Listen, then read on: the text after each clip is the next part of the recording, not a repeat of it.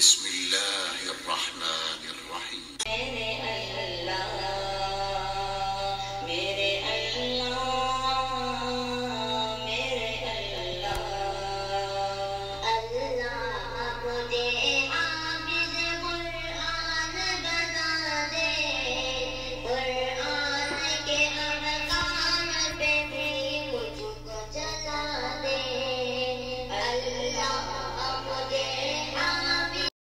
السلام علیکم ورحمۃ اللہ وبرکاتہ۔ الحمدللہ والصلاة والسلام علی رسول اللہ وبعد، اعوذ باللہ من الشیطان الرجیم، بسم اللہ الرحمن الرحیم۔ 9ویں پارے کا خلاصہ پیش خدمت ہے۔ 8ویں پارے میں سورہ اعراف کی آیتیں گزر چکی ہیں۔ اس پارے میں بھی سورہ اعراف کا تسلسل جاری ہے۔ سورہ اعراف میں کئی قصے مذکور ہیں، جن میں موسیٰ علیہ السلام کا قصہ سب سے طویل ہے۔ اس کی ایک وجہ یہ بھی ہے کہ اس قصے کا تعلق یہودیوں اور ان کی چال بازیوں سے ہے۔ اسی طرح سے اس کا تعلق اس امت کے ان عوام اور علماء سے بھی ہے جو یہودیوں کی روش پر چلنے والے ہیں اور ان کی مشابہت اختیار کرنے والے ہیں۔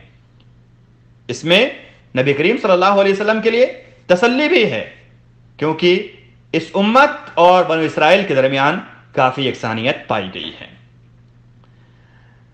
اس بارے کے اندر یہ بھی بیان کیا گیا ہے کہ موسیٰ علیہ السلام نے فرعون اور یہودیوں کی طرف سے بہت اذیتوں کا اور پریشانیوں کا سامنا کیا ہے۔ موسیٰ علیہ السلام نے فرعون اور یہودیوں کی طرف سے کافی اذیتوں اور پریشانیوں کا سامنا کیا ہے۔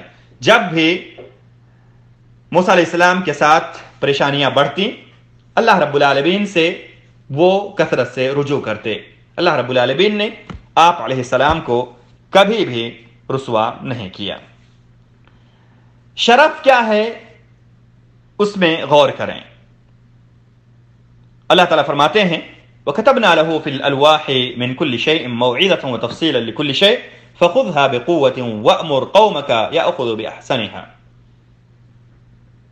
کسی کتاب کا نازل ہونا کسی بندے کے درجات کو اللہ کے یہاں بلند کرنے کے لیے کافی نہیں ہے، بلکہ اس کتاب پر عمل کرنا اور اس کی طرف لوگوں کو بلانا بھی ضروری ہے۔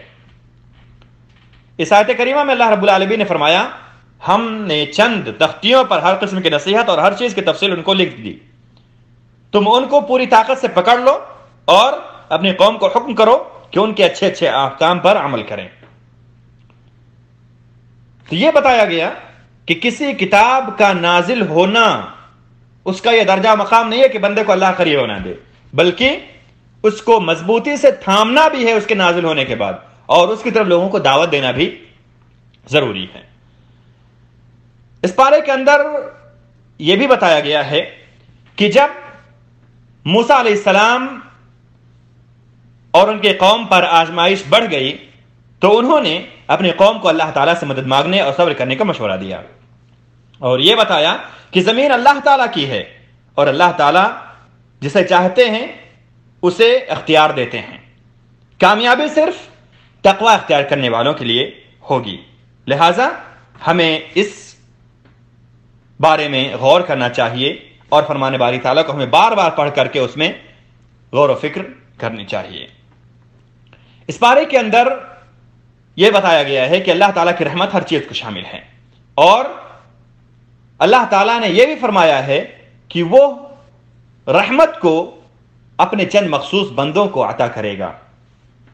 ہمیں چاہیے کہ ہم ان صفات پر غور کریں، ہو سکتا ہے کہ ہم بھی ان مخصوص لوگوں میں شامل ہو جائیں۔ اس پارے میں دریا کے کنارے آباد بستی کے قصے کی طرف نشاندہی کی گئی ہے، اور اچھے کاموں کا حکم دینے والے، برے کاموں سے روکنے والے اور حد سے تجاوز کرنے والے لوگوں کا انجام بھی بیان کیا گیا ہے۔ اللہ تعالی نے اس پارے میں اس شخص کے قصے کی طرف بھی اشارہ کیا ہے جس کو اللہ نے اپنی نشانیاں عطا کی مگر اس نے پھر بھی نافرمانی والے راستے کو اختیار کیا۔ اس قصے سے ہمیں عبرت حاصل کرنا چاہیے کہ اللہ نے کیسے ایسے شخص کو سب سے پلید قسم کے جانور سے تشبیہ دی ہے، جبکہ وہ پہلے بہت بلند اور بالا مقام پر فائز تھا۔ اس پارے میں مخلوقات کی ابتدا کا تذکرہ کیا گیا ہے، اور یہ بیان کیا گیا ہے کہ اللہ کے علاوہ جن لوگوں کی بھی عبادت کی جاتی ہے، جن کو بھی اللہ کے ساتھ شریک کیا جاتا ہے، وہ نفع و نقصان کے مالک نہیں ہیں، وہ نفع و نقصان نہیں پہنچا سکتے۔ اس کے بعد سورہ انفال کی ابتدا ہوئی ہے۔ سورہ انفال میں جو سوال کا جواب مطلوب تھا، صحابہ کرام نے سوال کیا کہ انفال یعنی مال غنیمت کا کیا حکم ہے، کس طرح سے اس کی تقسیم ہوگی؟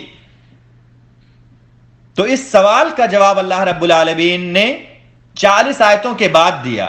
پہلے جو اہم چیزیں تھیں ان کی جانب اشارہ کیا، ان کی جانب اللہ رب العالمین نے نشاندہی کی، توجیہ فرمائی، تقوی کا حکم دیا، آپسی محبت کے فروغ کی یاد دہانی کی، اور پھر اللہ رب العالمین نے فرمایا 40 آیتوں کے بعد وَاعْلَمُوا أَنَّمَا غَنِمْتُم مِّن شَيْءٍ فَأَنَّ لِلَّهِ خُمُسَهُ وَلِلرَّسُولِ وَلِذِي الْقُرْبَى وَالْيَتَامَى وَالْمَسَاكِينِ وَابْنِ السَّبِيلِ إِن كُنتُمْ آمَنتُم بِاللَّهِ وَمَا أَنزَلْنَا عَلَى عَبْدِنَا يَوْمَ الْفُرْقَانِ يَوْمَ الْتَقَى الْجَمْعَانِ وَاللَّهُ عَلَى كُلِّ شَيْءٍ قَدِيرٌ، یعنی جان لو کہ تم جس قسم کی جو کچھ غنیمت حاصل کرو اس میں سے 5واں حصہ تو اللہ کا ہے اور رسول کا اور قرابت داروں کا اور یتیموں اور مسکینوں کا اور مسافروں کا ہے، اگر تم اللہ پر ایمان لانے والے ہو، اور اس چیز پر جو ہم نے اپنے بندے پر اس دن اتارا جو حق و باطل کی جدائی کا دن تھا، جس دن 2 فوجیں بھڑ گئیں، اللہ تعالیٰ ہر چیز پر قادر ہے۔